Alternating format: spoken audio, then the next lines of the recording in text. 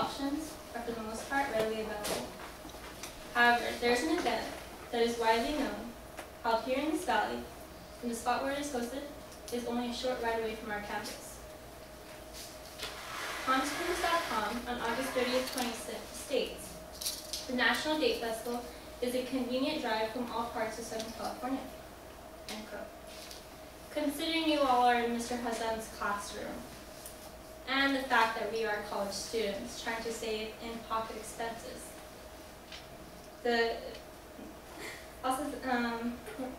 this may be something to consider around the month of February. DateFest.org notes, as the fair celebrates 65 years of growing success, the cost of admission will remain at pocket-friendly prices, for less than the price of a movie ticket. Today, I'm going to inform you on a popular event. First, I will introduce how the community has contributed to the popularity. Secondly, I will discuss how the attractions have led to the growth. And lastly, how the nightly pageant and story of Queen Scheherazade remain a theme and staple every year. Let's start by discussing how the community has been in support of the event. The community has illustrated an admiration of the annual event. We'll consider how the rise of the fair began and how it benefits the community. So how did the birth of our popular event begin? As DateFest.org puts it, the fair started as a festival to celebrate the end of the annual date harvest in the desert region, the major commercial date producing area in the Western Hemisphere. Dates were an unknown commodity in the desert until 1903 when date palms were transplanted from Algeria.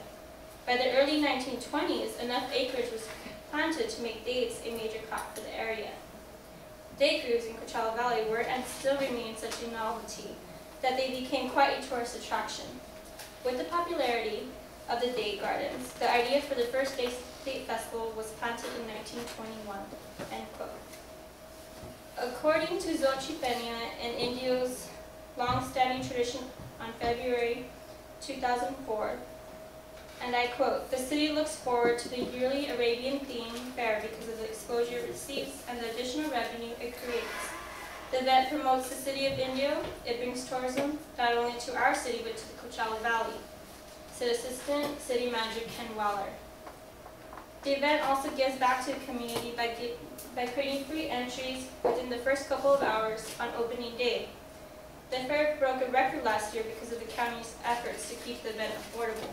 In today's Good News, February 2010, Kaufman notes, 310,394 people came to the gates, an all-time record, end quote. Due to economic times, many sponsors have had to decline contributions to the event. However, Cabazon Band Missions Indians and Fantasy Spring Casino made a 3-year pledge this year to extend their commitment, according to Deborah Kuzetski's article, Tribe Casino Fact for 2014, on September 16, 2010. Secondly, let's consider the ways in which the attractions entice and add to the fair's popularity. My second main point. The fair includes various exhibits and entertainment. Considering entertainment, the fair features rides, carnival games, livestock auction, and enjoy a selection of exhibits including landscape, floral, and street scenes. DateFest.org states the event meets social, cultural, and economic needs of the community with 8,000 exhibits and a diverse entertainment lineup. It also notes, headliner entertainment always adds to exciting lineup. Don't miss great shows like Demolition Derby and hilarious camel and ostrich races, end quote. In terms of food, the Humble Date is incorporated in just about every dish. Some you probably shouldn't. Milkshakes, pancakes, burritos, you name it. Kate McGinley, meet me at the Riverside County Fair National Date Festival on February 17, 2010 states, food lovers can also hit up traditional food with fair like fried Twinkies, funnel cakes, and for the braver fair food eater, fried frog legs.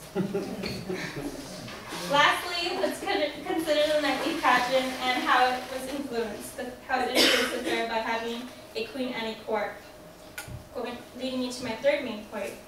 The Arabian Nights musical continues to keep the tales of the 1001 Arabian Nights alive, and story of Queen Scheherazade featuring the queen and her court.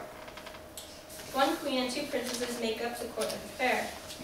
In a personal interview with a former Queen Desiree Porras on November 10, 2010, she stated, "The court acts as ambassadors of the fair and makes many public appearances. Our first event was a tamale festival. It's a lot of work and time, but a great experience." End quote. According to Veronica Hageland on November 23, 2007, Porras named queen. She says the court's duties include promoting the fair at various city council meetings, parades, and other special appearances leading up to the fair.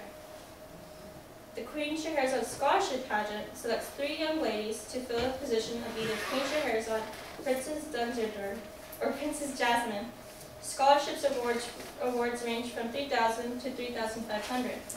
So if you're considering competing or letting friends or family know, please visit datefest.org to download an application. Today I shared how the fair has been an annual tradition in the county for 65 years and how the fair began as a festival to celebrate the end of a date harvest. I've also shared in what ways the community benefits by the event and some of the attractions it hosts. Lastly, the ambassadors and some of their duties. The fair, with everything it offers, would not be possible without the support of our community and its sponsors. Thus, if you find yourself needing to blow some stress with the beginning of a new spring semester around February, stop by the festival. It is a popular and inexpensive event. Best of all, it is a couple minutes away from our campus. Thanks.